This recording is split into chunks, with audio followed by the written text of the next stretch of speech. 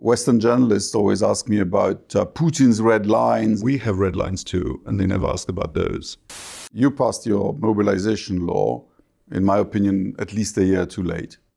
I'm not sure it's voluntary. You are in danger of losing your citizenship. Our road to the EU is closed? Every country has the right to its own interpretations of history. Minister, good to see you here in Kyiv again, and thank you for being with us. My pleasure. Let me start from quoting you. You said recently that Ukraine's resilience is not endless, and let me fully agree with you. But does it mean that currently in this war, time raise a place not for Ukraine, but against us? Well, no country could do what you're doing infinitely. We feel for your soldiers who have been at the front, some without being rotated for months and years. And we feel for your people who live in the daily terror of a possible attack. On my way here, I visited Lviv and the site of the Russian strike on a civilian house in which that lovely family was killed, and the father was the only survivor. And by the way, we are going to rebuild one of those townhouses in Lviv, as the Prime Minister of Poland, Donald Tusk, has declared. The time passes. Some people say in the West that we have to be not that fast because Russia is becoming weaker too. Some economists say that actually the Russian war economy is in full swing. Others point out that the Russians are running out of the hulks of post-Soviet tanks to refurbish. We don't have a full picture. But these kinds of colonial wars historically take some years to resolve. In any case, we have already spent almost 3 years, and we see that Ukraine pleads our Western partners for lifting some restrictions. It's about deep strikes into Russian territory. It's about other restrictions that partners impose. Do you see that something is changing here? Tony Blinken was here. He then came to Warsaw. I talked to him.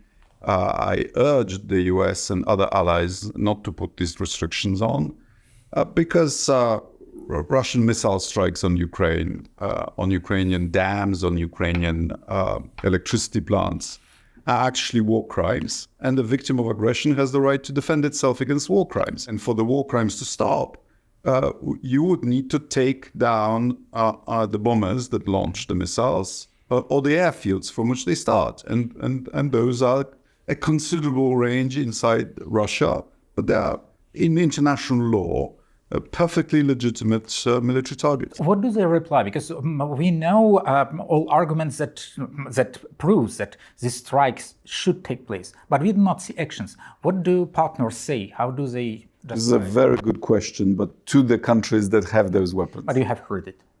Sure, and Western journalists always ask me about Putin's red lines and Putin's threats of escalation, to which I have at least two answers. Number one, we have red lines too, and they never ask about those. And secondly, I don't think that there is anything that Putin is not doing that he will do in response to what we do. He's not. I would be very surprised if he was mad enough to start a war with NATO.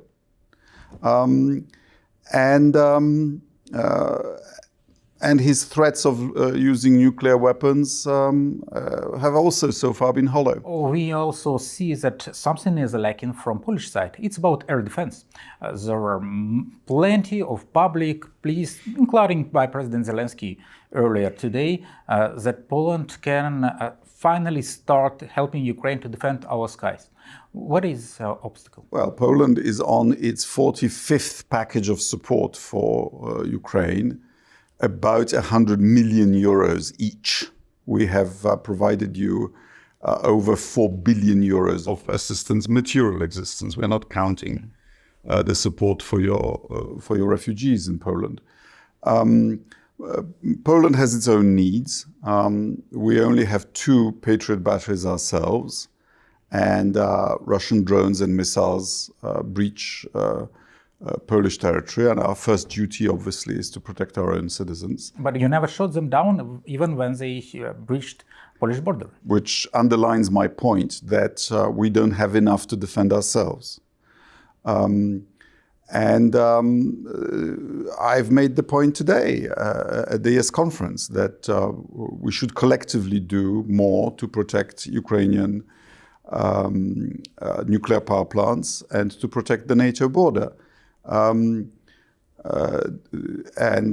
it President Zelensky who said that there are existing anti-aircraft systems in Western Europe and beyond that could be brought to where they are needed? But I try to understand what was the reason not to start helping defend Ukraine, our skies, with other means, with F-16s? Because I remember you personally said that Poland is obliged to shut down rockets and drones when they are approaching Polish border. Because that's not exactly what I said. Our constitution obliges us to defend our territory. Yeah, but and of course it does, and we do defend our territory. But the operation that you mentioned requires some alliance collaboration. I have to ask about Czech initiative, because just today we've got an information in Gazeta Wyborcza that Poland is not contributing in this ammo purchase.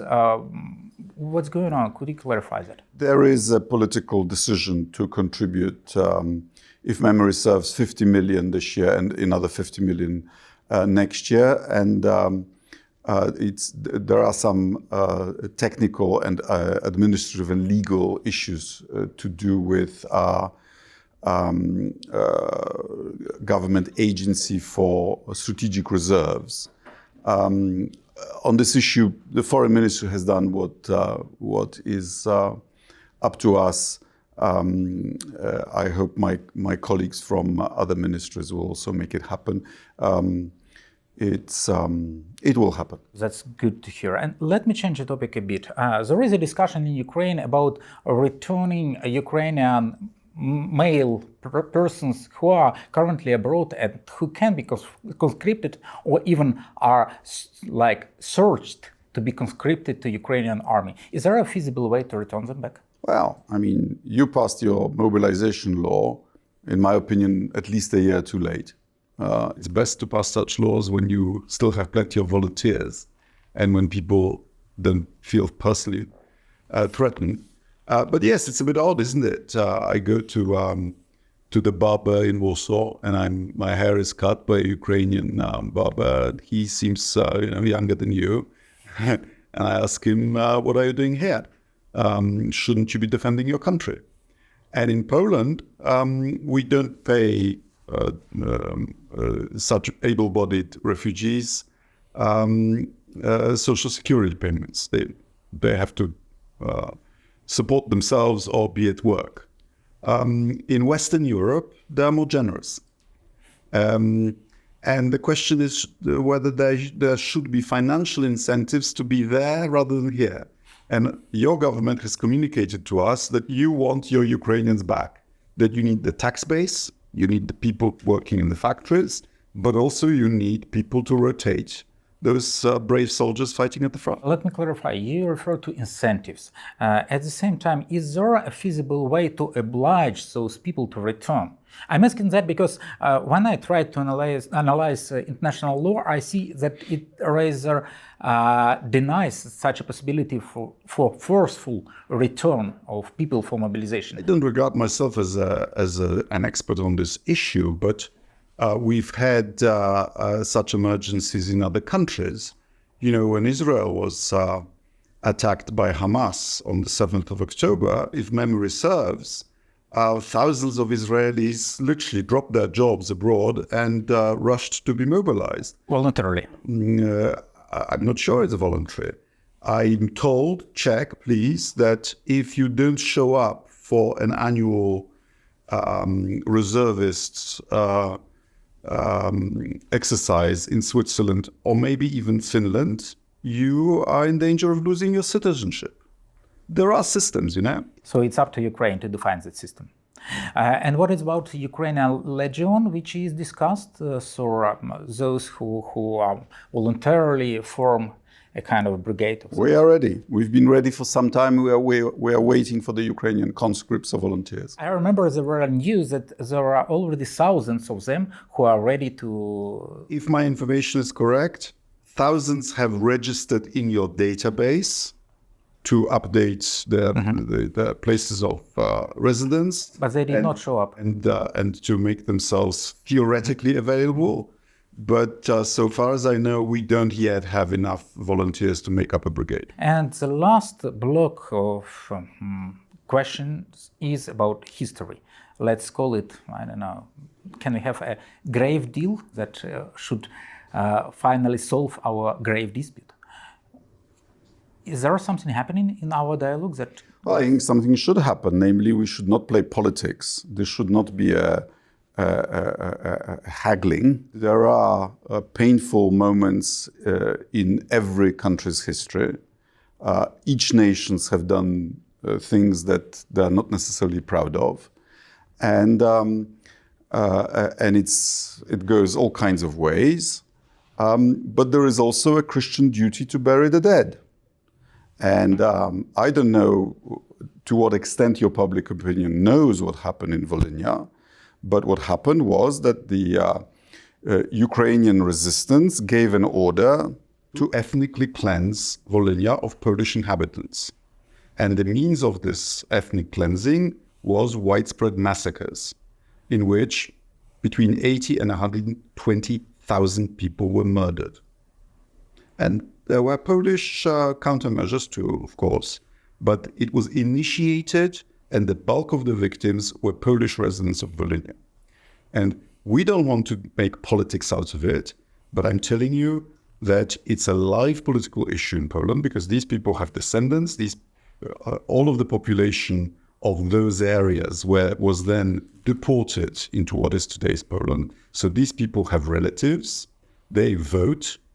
It's a live political issue, and these victims of the massacre require Christian burial. That's all we ask. It is well covered in Ukraine, but also there is another vision that it's a political dispute which should rather be in hands of historians. So we would not solve it here. Yes, but when the victims are given Christian burial, then it will be for historians. But first, you need to exhume them and bury them. Do you agree or not? I'm definitely disagree with another focus.